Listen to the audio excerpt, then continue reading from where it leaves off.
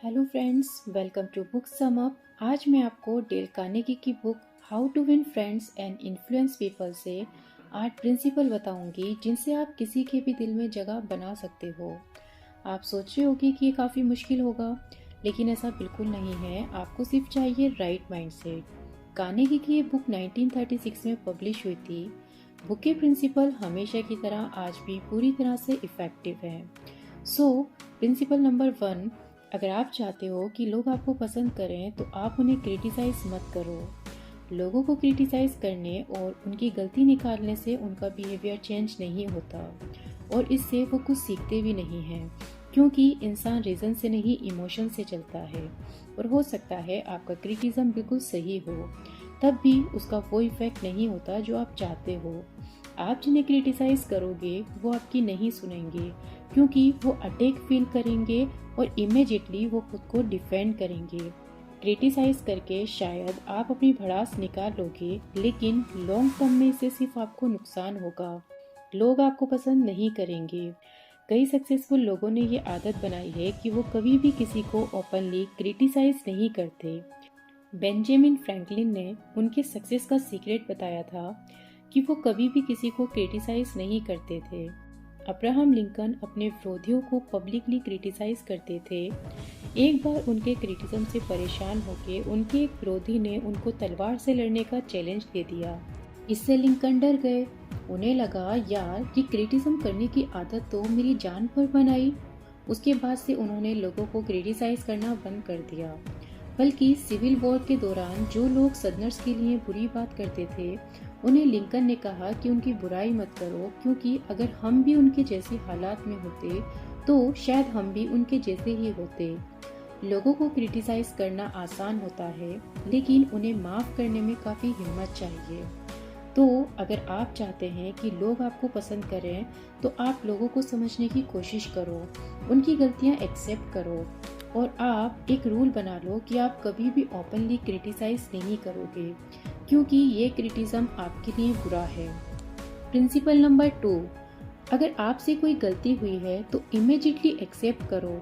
गलतियां हम सबसे होती हैं। अगर आपसे भी कोई गलती हो गई है और आप पे गुस्सा करने के लिए, आपको नीचा दिखाने के लिए कोई रेडी बैठा है, तो उस इंसान को अपने फेवर में करने के लिए सिंपल तरीका ये है कि आप क्विकली और क्लियरली अपनी गलती एक्सेप्ट करो। ये कैसे काम करता है? देखिए, ऑथर डेल कार्नेगी के घर के पास एक जंगल था। वो डेली अपने कुत्ते के साथ वहां पर वॉक के लिए जाते थे और उनकी आदत थी कि वो अपने कुत्ते को चैन से नहीं बांधते थे। जंगल में कोई आता जाता भी नहीं था, तो इसकी जरूरत भी नहीं थी। एक बार एक पुलिस ऑफिसर वहां आ गया और उसने देख लिया कि कार्नेगी ने अपने कुत्ते को खुला छोड़ा हुआ है। उसने कार्नेगी को डांटते हुए कहा, आपने अपने कुत्ते को चैन से क्यों नहीं बांधा हुआ? क्या आपको मालूम नहीं है कि ये कानून के खिलाफ है? इस पे कार्नेगी ने जवाब दिया, हाँ मुझे मालूम है, लेकिन मुझे लगता है ये कुत्ता यहाँ किसी को नुकसान नहीं पहुँचाएगा। इस बात पर पुलिस वाला और गुस्सा हो गया। उसने कहा, आपको क्या लगता है कानून को इससे कोई मतलब नहीं है? ये जानवर ही तो है, अगर बिगड़ गया तो किसी बच्चे को काट सकता है या किसी गिलहरी को मार सकता है। इस बार तो मैं आपको छोड़ देता हूँ, लेकिन अगली बार ऐसा हुआ तो मैं आपको और आपके कुत्ते को अदालत तक जरूर पहुँचा दूंगा। कार्नेगी ने ये गलती फिर ना करने का वादा किया और कुछ दिन तक तो वादा निभाया, लेकिन उसके बाद वापस अपनी आदत के हिसाब से कुत्ते को खुला छोड़ दिया। और फिर वही पुलिस ऑफिसर ने देख लिया। इस बार कार्नेगी पूरी तरह से घिरे हुए थे। उन्होंने पुलिस वाले के कुछ बोलने से पहले ही कहना शुरू कर दिया, सॉरी ऑफिसर, आपने मुझे नंगे हाथों पकड़ लिया। मैं अपना गुनाह कबूल करता हूँ। अब मैं कोई बहाना नहीं बनाना चाहता। आपने पहले ही मुझे वार्निंग दी थी, लेकिन गलती मेरी ही थी जो मैंने आपकी बात पर अमल नहीं किया। इस पे पुलिस वाला धीमी आवाज में बोला, मुझे पता है कि सबको अपने कुत्ते को बिना बांधे ही घुमाना अच्छा लगता है, खास तौर पर जब जगह बिल्कुल सूनी हो। इस पे कार्नेगी ने जवाब दिया, सर अच्छा लगने से क्या होता है, मैंने तो कानून तोड़ा है। ऑफिसर ने कहा, इतना छोटा सा प्यारा सा कुत्ता किसी को क्या नुकसान पहुंचा सकता है? कार्नेगी ने कहा, सर लेकिन ये गिलहरियों को तो मार सकता है।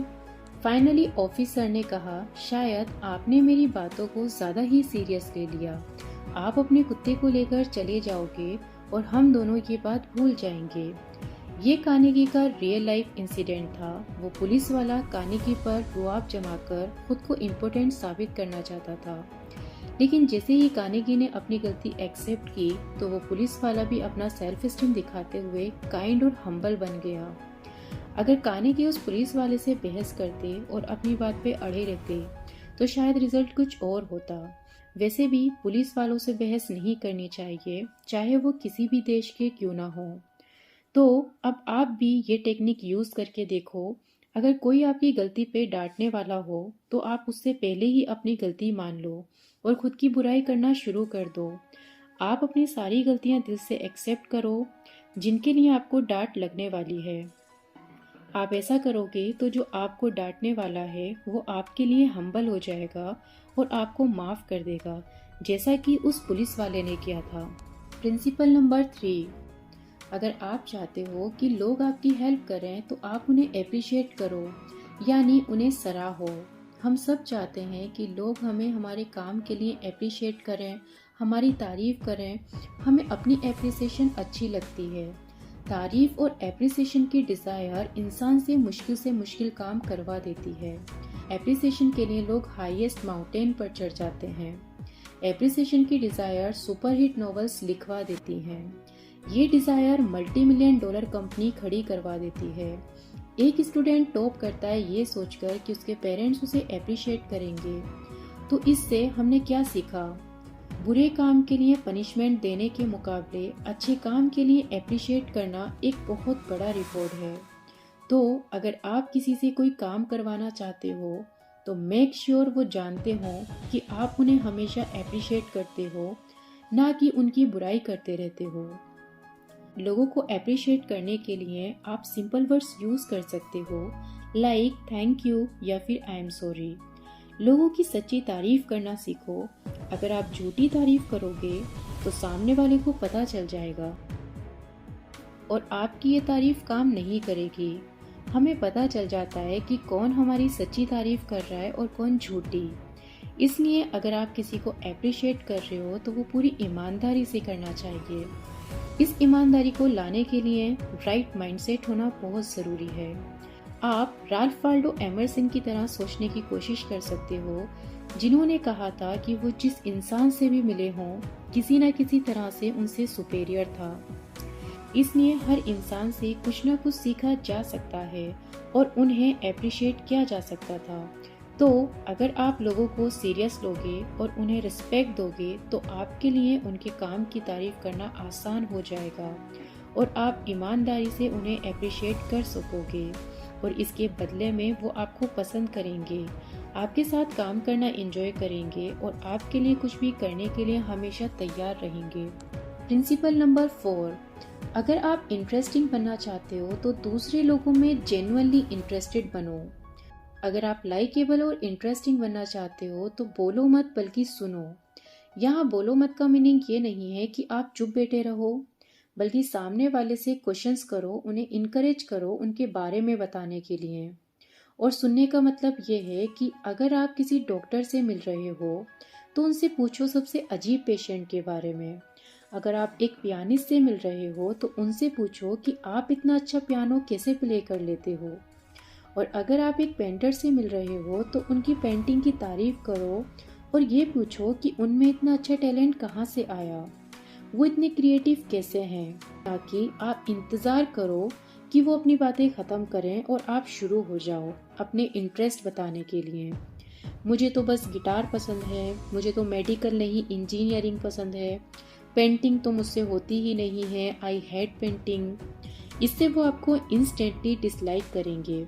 इसलिए अगर लाइकेबल बनना है तो लिसनर बनो और दूसरों को इनकरेज करो उनके बारे में बात करने के लिए। ऑस्ट्रेलियन न्यूरोलॉजिस्ट सिगमंड फ्रीड सुनने की स्किल्स के लिए फेमस थे।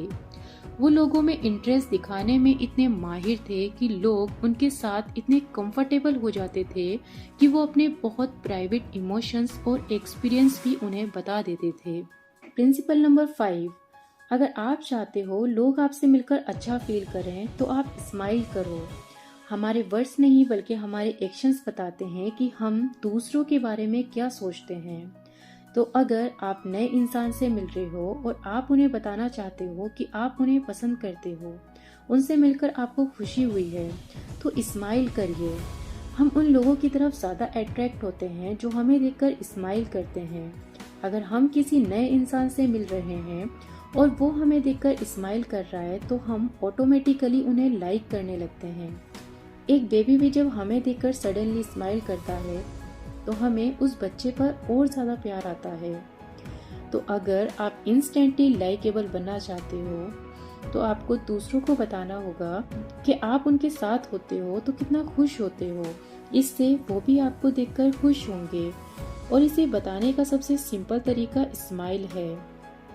जिन लोगों को ये लगता है कि स्माइल करने से कुछ नहीं होता, तो एक काम करो, जब आप किसी से मिलने जाओ तो बिल्कुल स्माइल मत करना। लटका हुआ सेट फेस लेकर जाना और फिर देखना वो आपको पसंद करते हैं या नहीं। स्माइल करने से किसी का कुछ बिगड़ता नहीं है, बल्कि सब लोगों को अच्छा फील होता है जो इसमें इन्वॉल्व हैं। स्माइल करने वाले, स्माइल देखने वाले सब। और स्माइल करने का तरीका ये नहीं है कि आपको कंटिन्यू सामने वाले को देखकर स्माइल करते रहना है। और स्माइल करने का तरीका ये है कि आपको कंटिन्यू सामने वाले को देखकर स्माइल नहीं करना है।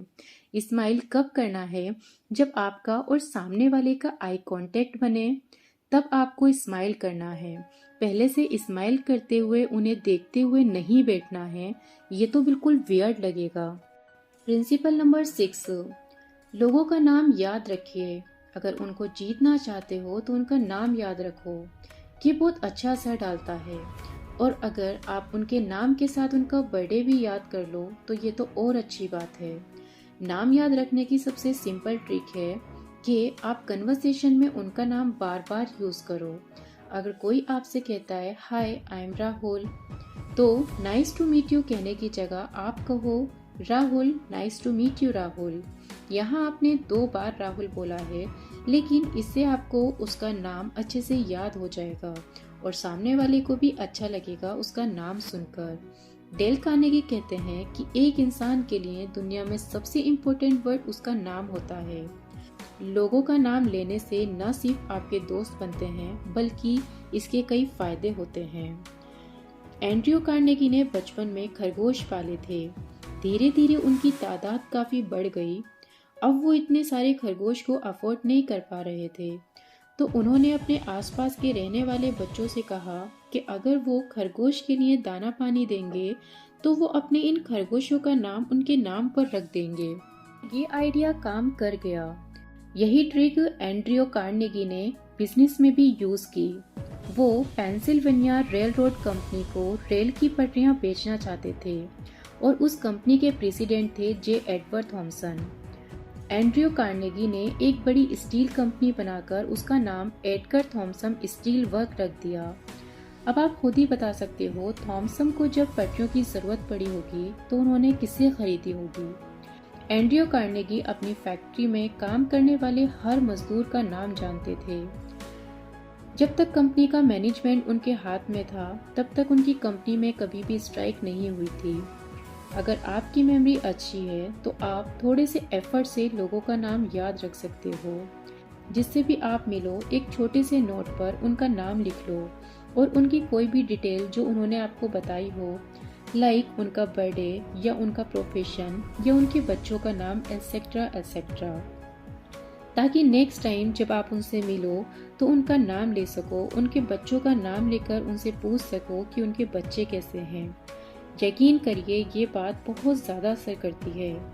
आप अपने मोबाइल के कैलेंडर में उनका बर्थडे ऐड कर सकते हो। उनके बर्थडे पर आप उनको एक सरप्राइज टेक्स्ट भेज सकते हो। इससे उनको बहुत खुशी होगी। प्रिंसिपल नंबर 7, कभी भी किसी से बहस मत करो, क्योंकि आप कभी भी बहस में जीत नहीं सकते। इससे सिर्फ रिलेशंस खराब होते हैं। क्या फ़र्क पड़ता है कि बीजेपी अच्छी है या कांग्रेस या आम आदमी पार्टी? आप इस पे बहस करके बस अपना एक फ्रेंड खो रहे हो और टाइम वेस्ट कर रहे हो। 10 में से 9 बार जब जब बहस खत्म होती है तो दोनों लोग अपनी अपनी बात पर और पक्के हो जाते हैं। बहस से कुछ हासिल नहीं होता, चाहे रिजल्ट कुछ भी हो। ओपोनेंट आपसे कभी भी एग्री नहीं करता।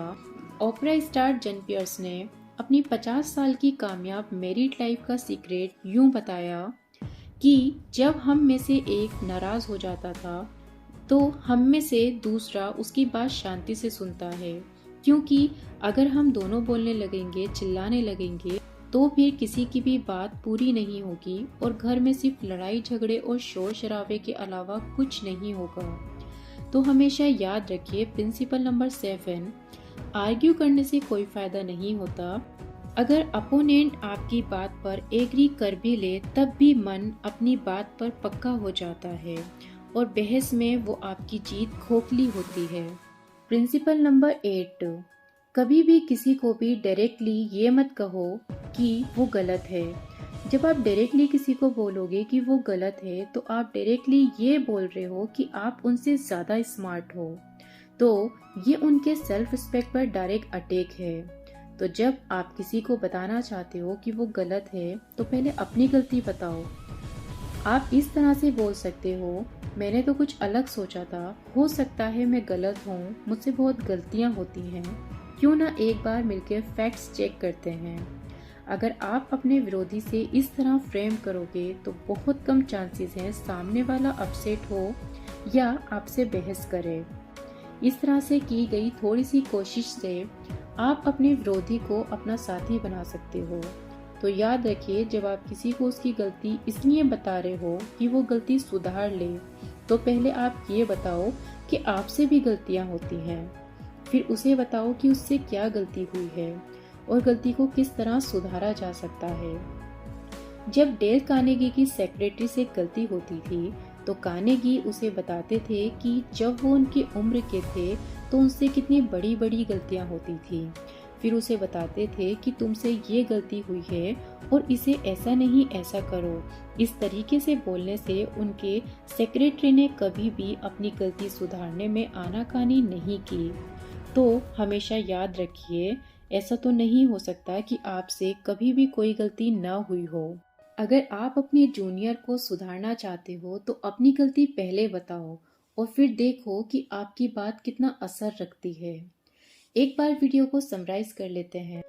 प्रिंसिपल नंबर 1, लोगों की पसंद बनना चाहते हो तो उनकी बुराई करना बंद करो। प्रिंसिपल नंबर 2, अपनी गलतियां एक्सेप्ट करो। प्रिंसिपल नंबर 3, किसी की हेल्प चाहिए तो उन्हें अप्रिशिएट करो। प्रिंसिपल नंबर 4, दिलचस्प बनना चाहते हो तो दूसरे लोगों में ईमानदारी से दिलचस्पी लो। प्रिंसिपल नंबर 5, अगर आप चाहते हो कि लोग आपसे मिलकर अच्छा फील करें तो स्माइल करो। प्रिंसिपल नंबर 6, लोगों का नाम याद रखिए और कन्वर्सेशन में बार बार यूज करिए। इससे उन्हें लगेगा कि वो आपके लिए इम्पोर्टेंट हैं, जिनसे वो आपको पसंद करेंगे। प्रिंसिपल नंबर 7, कभी भी किसी से भी बहस मत करो, क्योंकि आप कभी भी बहस में जीत नहीं सकते, इससे रिलेशंस खराब होते हैं। प्रिंसिपल नंबर 8, कभी भी किसी को भी डायरेक्टली ये मत कहो कि वो गलत है, पहले अपनी गलती बताओ, इससे वो बिना बहस किए खुद में सुधार करता है। तो ये थे वो 8 principle from this book how to win friends and influence people से। तो अभी के लिए इतना ही। इस वीडियो को ज़्यादा से ज़्यादा शेयर कीजिए और सब्सक्राइब कीजिए बुक सम अप चैनल को।